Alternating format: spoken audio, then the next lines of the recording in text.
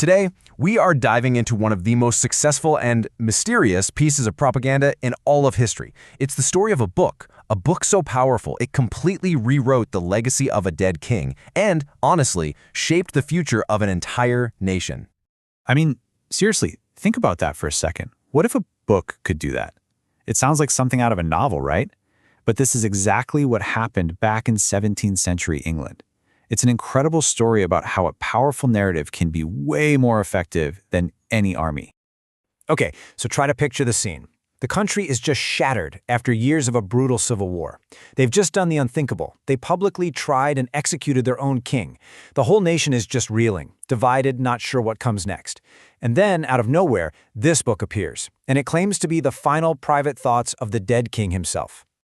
It was called Eikon Basilike, which is Greek for the royal portrait. This wasn't some political manifesto, oh no. It was framed as this intimate, spiritual diary. It was like giving the public a direct line into the mind and soul of their so-called martyred king. So how on earth did this book manage to turn a defeated, executed king into a revered martyr?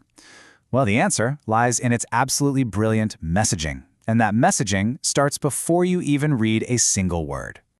The persuasion kicks off with this incredible illustration right at the front of the book. This one single image is basically a visual summary of the entire argument.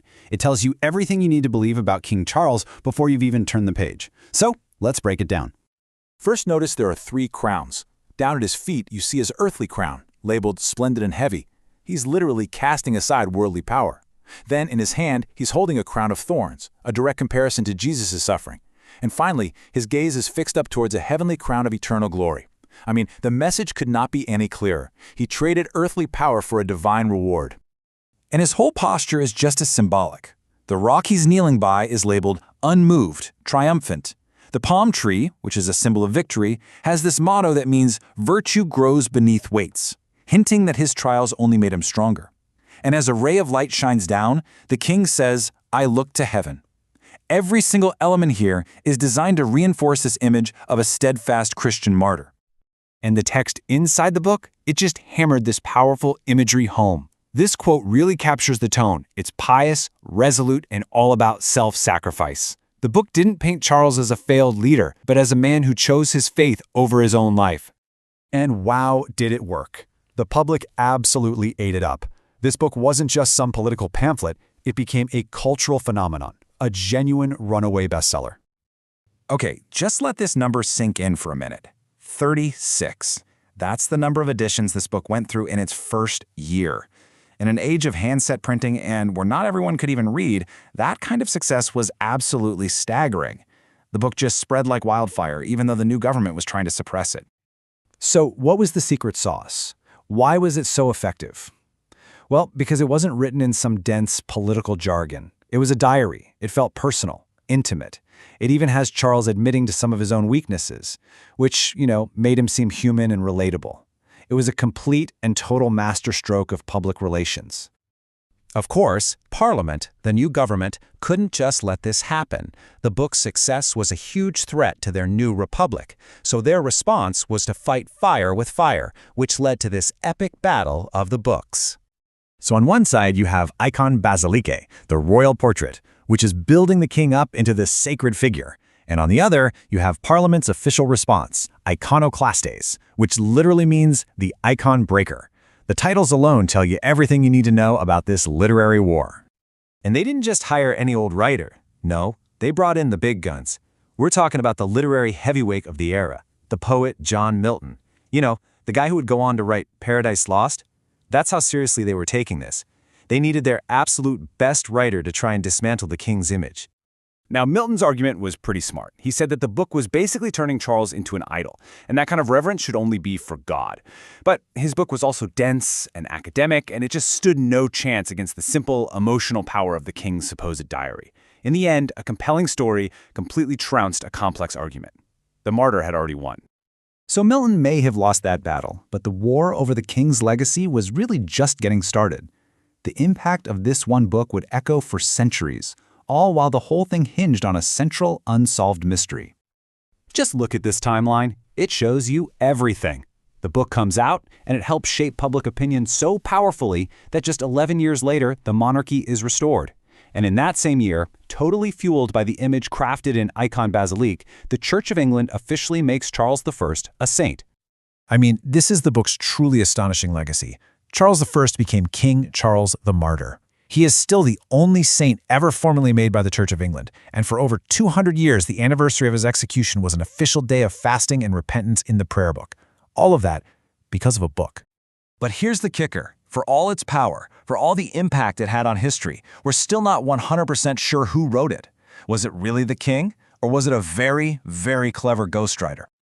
All right, let's look at the lineup of suspects. First, there's the king himself. A loyal courtier swore up and down he saw Charles writing it. Then you have this guy, John Gaudin, a bishop who, very conveniently, claimed he wrote it after the monarchy was safely back in power. And then some evidence points to another cleric, Jeremy Taylor, maybe having a hand in revising it. The truth? We'll probably never know for sure. The identity of the author of one of the most influential books in English history remains this tantalizing puzzle. It's one of history's great whodunits. But whoever it was, they were undeniable genius of political communication. Ultimately, the story of Eikon Basilike is just a stunning reminder of how a really compelling narrative can shape memory, reality, and even the future. And it leaves you with this one huge question, doesn't it? Who really gets to write history? Is it the people who actually live through the events? Or is it the person who comes along later and just tells the best story?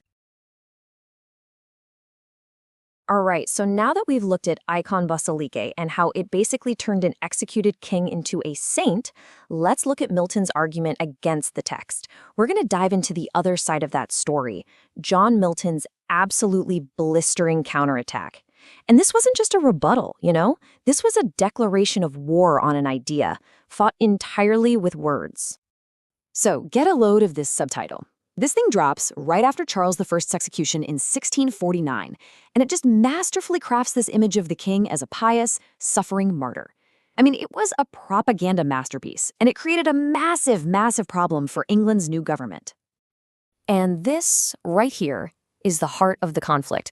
In one corner, you've got Eikon Basilike, which means the king's icon, and in the other corner, the official response, Eikonoklastes, which literally translates to the icon breaker. You can't get much more direct than that. This was a head-to-head battle of the books, a full-blown ideological war fought on the page.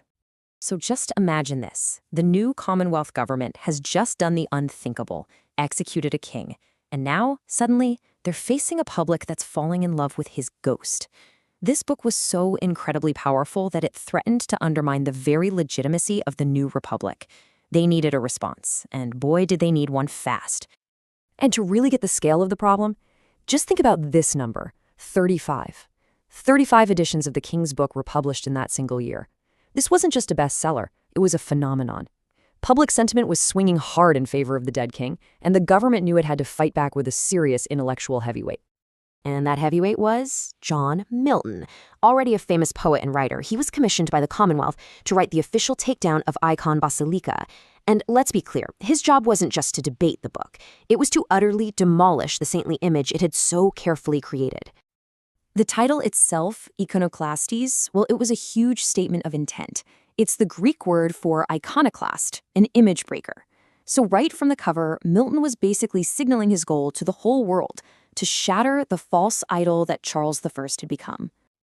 And Milton makes it really clear that he didn't seek this fight out for personal glory. He saw it as a public duty, a work assigned, as he put it, for the good of the new republic. He was the state's chosen weapon in this war of words, and he was tasked with destroying a very dangerous myth. So, how did he do it? Well, Milton's approach was methodical and, frankly, ruthless. He attacked not just the king's politics, but his very words, his character, deconstructing that martyr image piece by painful piece. So in his book, Charles presents this really reasonable-sounding definition of liberty, right? It's about keeping what you earn and living under laws you've agreed to.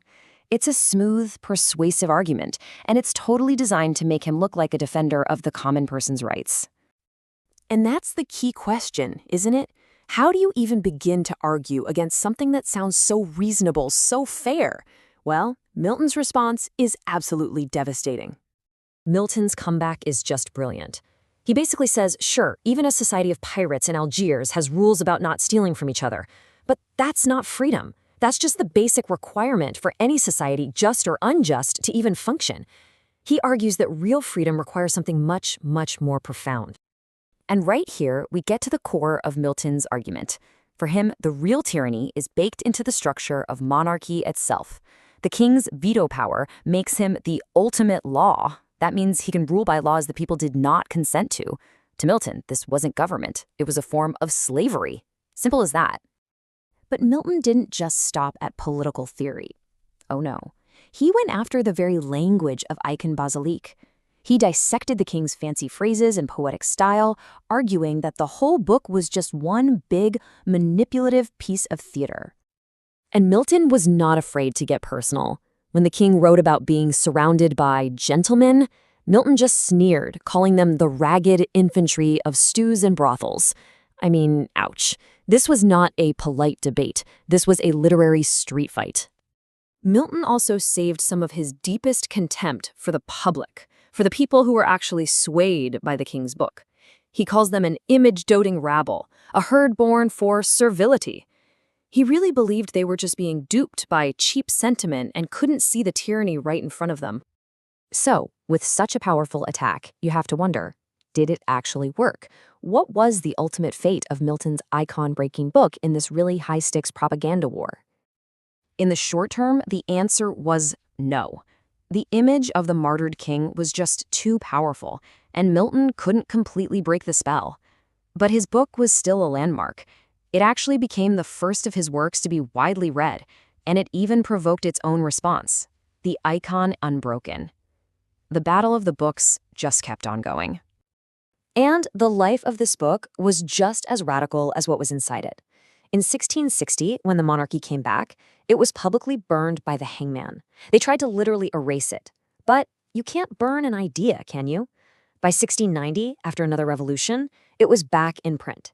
And today, it's studied as a foundational text of Republican thought. So, ultimately, in that immediate battle for hearts and minds, the emotional, sentimental image of the king, it won.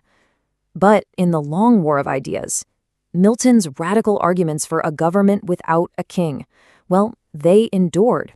They outlasted the flames. And that really leaves us with a final thought. In our own age, an age that is just saturated with powerful images, slick branding, and political spin, who are the ones breaking the icons? Who is challenging the narratives that we're all meant to believe? It's a question that's just as relevant today as it was all the way back in 1649.